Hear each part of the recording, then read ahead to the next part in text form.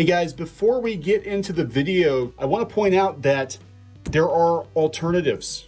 There are alternatives. I'm actually kind of depressed about the state of tabletop gaming right now. It seems like we keep doing these videos talking about censorship with Wizards of the Coast and WizKids. Wizards of the Coast, of course, you know, they're hiring sensitivity readers to make sure that their orcs aren't racist. And they put this big long spiel out about how racist orcs are. They're getting rid of people for wrongthink. WizKids terminated a contract. They stopped distributing a game developer's game because he had very, very lukewarm conservative views. And this isn't fun.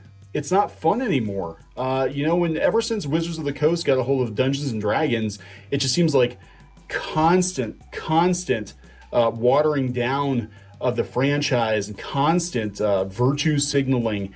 And we had a guy named Justin reach out after we did our last video talking about orcs and you know, kind of how sad we were that Dungeons and Dragons has gone down this path. Because remember when DnD, it was kind of sort of cool because it made all the Christians mad. They thought you were like summoning demons in the basement and stuff, and it was just fun.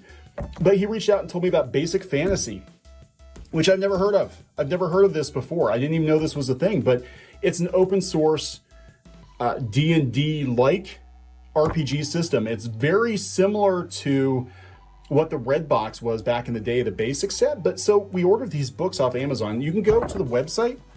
It's free at basicfantasy.org. They actually tell you not to buy the book, but you can buy the books on Amazon. And the player's guide, it's $5. $5. It's print on demand. It's open source. Got the player's guide. I gotta show you this. This is really cool.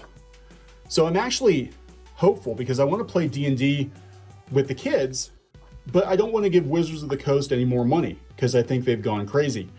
And we're going to talk about that in this video. But these are nice books. We got the equipment guide here. We've got, this is basically like the Fiend Folio, the field guide. It's got lots of monsters, extra monsters in it.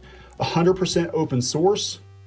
I didn't know it existed, and I'm thankful it does, because this, for me, this is a throwback. This is the D&D. This is the kind of campaigning I did when I was younger, and this is what I think I'm gonna bring my kids up on for now, because I do think Wizards of the Coast has gone absolutely insane. And you know what? I don't want to give them any of my money. I'm not giving them money, and I'm not giving WizKids money, because this has to stop. And the only thing these companies understand is when you stop giving them money. So I'm going to put a link to this in the description. You can check it out for yourself. Thank you again, Justin, for reaching out and telling us about Basic Fantasy. Let's get on with the video. Okay, so let's get into the video. The reason we want to talk is talking about how tabletop gaming is under attack. It may have already fallen. At least Wizards of the Coast has absolutely fallen, and it looks like Warhammer is not far behind it. You know, just to recap, just in the last couple weeks, we've talked about how orcs are racist and that Wizards of the Coast is going to hire sensitivity readers to make orcs less racist. It doesn't even make sense. Yeah, this is coming from Penthouse. I'm reading it just for the articles, right? But this is insane. This is like absolutely insane. And then just days before that, we had WizKids, which does make D&D product. You know, they make a lot of the miniatures. WizKids ended a business relationship with Robert Burke after an IGN writer called him a bigot. And all he said, and these were opinions he gave on Facebook, not Twitter. All he said was, you don't have to believe all women. Some of them are liars. Silence does not equal violence. You can't be healthy at any size. Obesity will make you unhappy and kill you. This is coming from a guy who's not very tiny himself, right? So there you go. Trust the police. They can help you if you're in trouble. Respect the flag. People died for it. And pray. God loves you. Very mild, what used to be mild opinions. He wasn't combative at all, but he got kicked out of WizKids for hate speech. I mean, it's insane. That's not hate speech at all. So now Now Wizards of the Coast removes artist Elizabeth Eden from Magic Creator Program for photos featuring nudity and sexualized posing. So just to back this up a little bit, I had to look into this. What is the Magic the Gathering Creator Program? It's a marketing initiative. They're talking about building a bigger team and laying the foundation for something incredible. The Magic the Gathering Creator Program is in partnership with Stream Elements. It's a first of its kind platform giving streamers directed challenges to help them create engaging content with and for their communities and reward them in the process. Stream Elements is one of the leading platforms for video content support, and their tools are used by hundreds of thousands of the world's best streamers.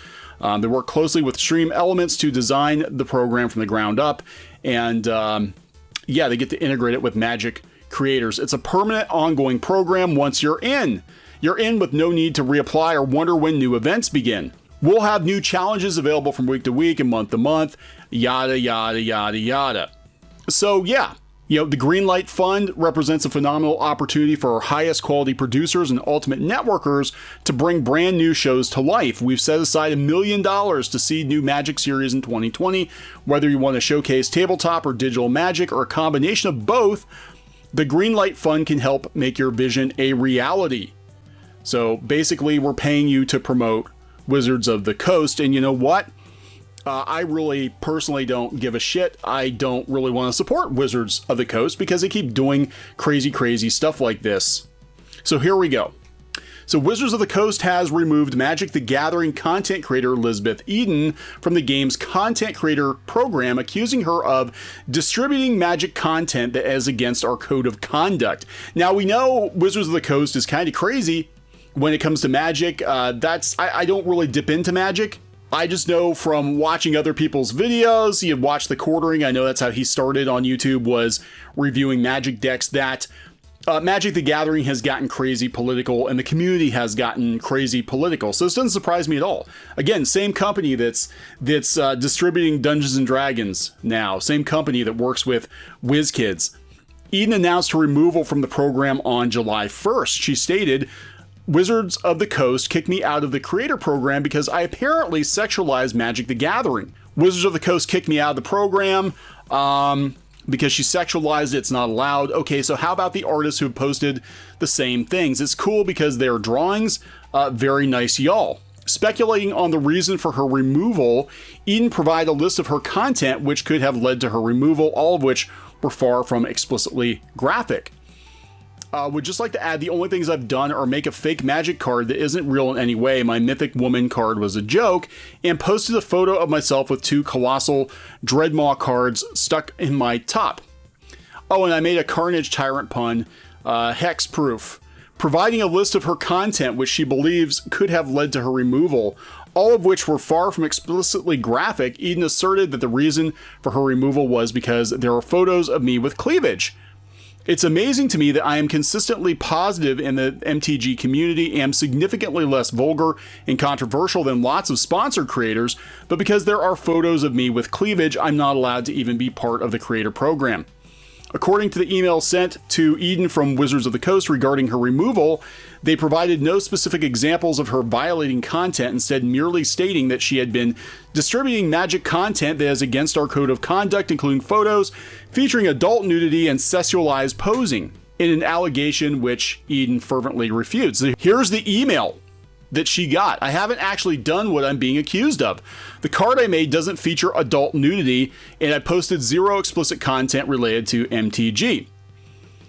It has come to our attention that it's come to our attention that you've been distributing Magic content."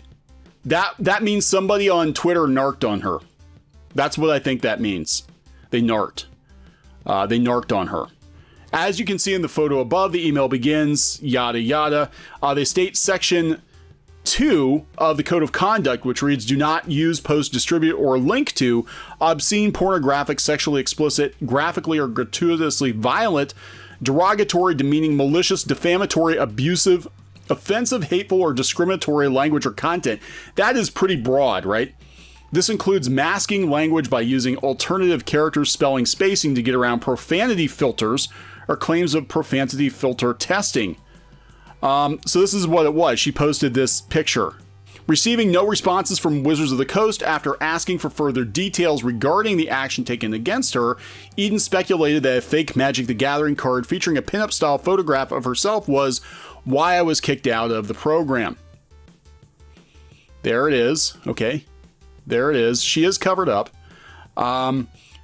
Twitter user MTGO Lifehack shared the photos Eden mentioned that could have resulted in her removal.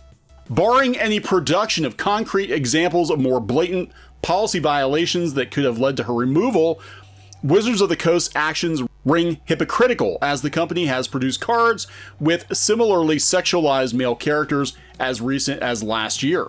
They also produced their own female characters similar to Eden's mock card, as a number of Twitter users pointed out, including Earthbind and Red Hot Hottie. As of this writing, it appears that Eden has not indicated that she has received any further communication from Wizards of the Coast. No, you've been canceled. You have been canceled. You've been canceled. Canceled for boobies. Now, it's not just Wizards of the Coast. It's not just Dungeons and Dragons. It's not just Magic. Warhammer. There's an article out on Bounding into Comics that a longtime gamer talks about how politics have crept into tabletop gaming.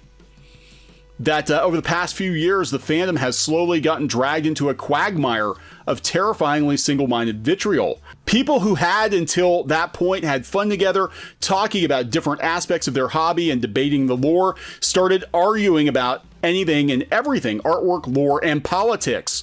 At first, the discussions were somewhat civil, but soon emotions started to take over. People began to argue more passionately, insults started flying, and the accusations came soon after. He elaborated. Quote-unquote SJW, some said with scorn, quote-unquote fascist, others replied.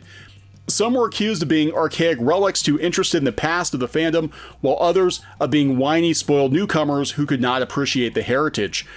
People started getting banned. Fans fought with fans, and even the various moderators of the forums and social media sites began to choose sides. Yeah, this is going on in tabletop, it's going on in video games, it's going on in comics, it's coming to anime, it's coming to manga, and it's got to stop. And I'm not saying people can't have their own political opinions or whatever, but this entertainment used to be a diversion from the real world, and now it's just magnifying problems in the real world, and it's become divisive. And I think Wizards of the Coast in particular has been stoking the fire. I really think they have been. I think they've been going out of their way. I think people working for Wizards of the Coast, whether or not they're the marketing people or people running their communities or whatever, it is very, very clear that they're not TSR, right? And I personally don't want to support them. I've seen too many stories like this over the last couple of weeks where I'm like, I cannot in good conscience. And again, this is just my personal opinion. You can do whatever you want to do, but I'm like, I'm not going to support them. I'm not going to buy their products. I'm going to teach my kids how to game, but I'm going to go with open source basic fantasy for now until I see if Wizards of the Coast can get their shit together, because this is getting crazy. So I'm going to wrap this one up. Please subscribe for more pop culture news, views, and rants, and we'll talk later. Hey guys, thanks for watching Clownfish TV. Please consider supporting the channel. Go to clownfishsupport.com. That's clownfishsupport.com. And if you want to join our community, go to clownfishtalk.com. That's clownfishtalk.com. Please subscribe, ring the bell for notifications. We will talk to you next time.